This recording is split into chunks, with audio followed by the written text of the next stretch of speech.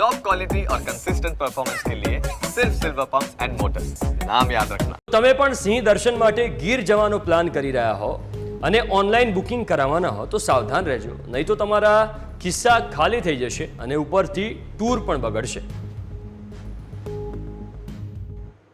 આપણે બધા જ ફરવાના શોખીન છીએ અને આપણે જ્યારે ફરવા માટે જતા હોય છે ત્યારે બધું જ ચેક કરીને જતા હોઈએ છીએ, બુકિંગ કરીને આપણે જતા હોઈએ છીએ, પણ ઘણીવાર ફ્રોડના કિસ્સાઓ એમાં પણ સામે આવતા હોય છે। આપણે કદાચ જે તે જગ્યાએ પહોંચીએ ત્યારે આપણને એ વાત તો ખ્યાલ આવે છે કે આપણે જે વેબસાઇટ પરથી બુકિંગ કર્યું હતું એ વેબસાઇટ તો ફ્રોડ નીકળી છે। આવું જ કંઈક ગુજરાતમાં પણ થયું છે। આપણે ગીર સફારીના લોકો ખૂબ શોખીન હોય છે, એની મજા માણવા માટે લોકો જતા હોય છે, પરંતુ અનેક એવા કિસ્સાઓ સામે આવ્યા છે કે જેમાં વેબસાઇટ ઉપર જ્યારે બુકિંગ કરવામાં આવે છે ત્યારે બુકિંગ થઈ જાય છે, પરંતુ જ્યારે એ સફારીમાં જઈને જ્યારે બતાવવામાં આવે છે, પોતાનું બુકિંગ બતાવવામાં આવે છે ત્યારે એ એક્સેપ્ટ નથી થતું, કારણ કે ખરેખર બુકિંગ થતું જ નથી। અને એટલા જ માટે આજે ખરેખર એ સમજવાની જરૂર છે કે વેબસાઇટ ઘણી બધી છે, પરંતુ આપણે કઈ વેબસાઇટના માધ્યમથી આપણે બુકિંગ કરવાનું છે, કારણ કે જ્યારે આપણે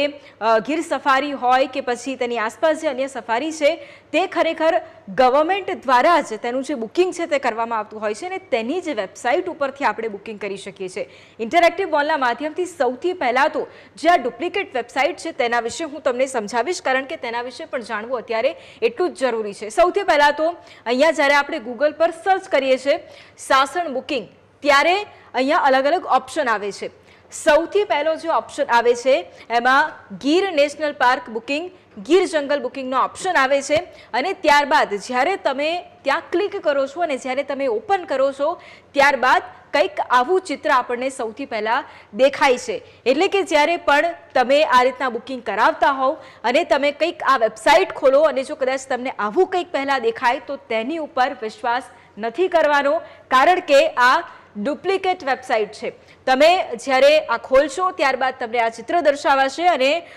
ગીર જંગલ સફારી અહીંયા તમને ઓપ્શન પણ આપવામાં આવ્યો છે બુક નાવનો, એટલે તમે અહીંયાથી બુક પણ કરી શકશો। આ ઓપ્શન તમને આપવામાં આવ્યો છે। ઘણીવાર આપણે છેતરાઈ જતા હોય છે આ જ બધામાં, એટલે આ વાતનું ધ્યાન રાખવું પડશે। હવે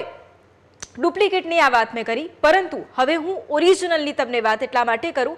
કારણ કે જ્યારે ઓરિજિનલ જે વેબસાઇટ હોય છે જેની ઉપર આપણે બુકિંગ કરતા હોઈએ છીએ ત્યારે જે સૌથી ઇમ્પોર્ટન્ટ બાબત આવી જાય છે તે એ છે કે પાછળ જે ડોમેઇન આપણે જોતા હોય છે તે .gov આપણને લખેલું દેખાય છે, ત્યારે આપણે સમજવાનું છે કે આ ગવર્મેન્ટની વેબસાઇટ છે, જે ઓરિજિનલ વેબસાઇટ છે કે જ્યાં આપણે સાસણગીર સફારીની મજા માણવા માટે જતા હોય છે ત્યારે જે ઓરિજિનલ જે વેબસાઇટ છે તે આ વેબસાઇટ છે, જેમાં girland.gujarat.gov.in આ ઓરિજિનલ વેબસાઇટ છે કે જ્યાં તમે બુકિંગ કરી શકો છો અને ત્યાં તમને અલગ અલગ પ્રકારના જે ઓપ્શન્સ છે તે અવેલેબલ આવ્યા છે। એટલે કે આ જે પિક્ચર છે ખાસ જોઈ લેજો, કારણ કે આ એ ઓથેન્ટિક વેબસાઇટ છે, ગુજરાત ગવર્મેન્ટની આ વેબસાઇટ છે કે જેની ઉપર જઈને આપણે બધા જ બુકિંગ કરી શકીએ છીએ। એટલે કે ફ્રોડ નહીં, પરંતુ ઓથેન્ટિક વેબસાઇટમાં જઈને આપણે બુકિંગ કરીએ। હવે જ્યારે તમે બુકિંગ કરો છો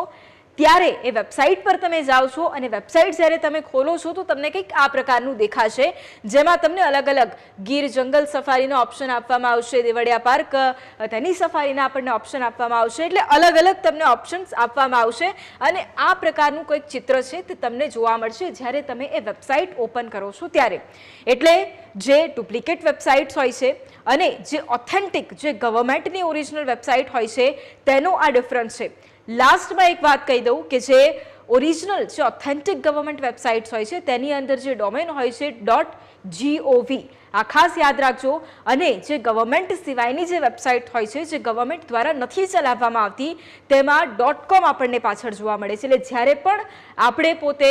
વેબસાઇટ પર આપણે અંદર જઈએ છીએ અને તેમાં જ્યારે આપણે બુકિંગ કરાવીએ છીએ ત્યારે સૌથી પહેલાં એ ચકાસી લેવું કે જો આપણે ગવર્મેન્ટના માધ્યમથી આપણે બુકિંગ કરવા જઈ રહ્યા છે ત્યારે શું પાછળ એ ડોમેન .gov નું છે કે પછી .com નું છે, એના પરથી તમને ચોક્કસપણે ખ્યાલ આવી જશે।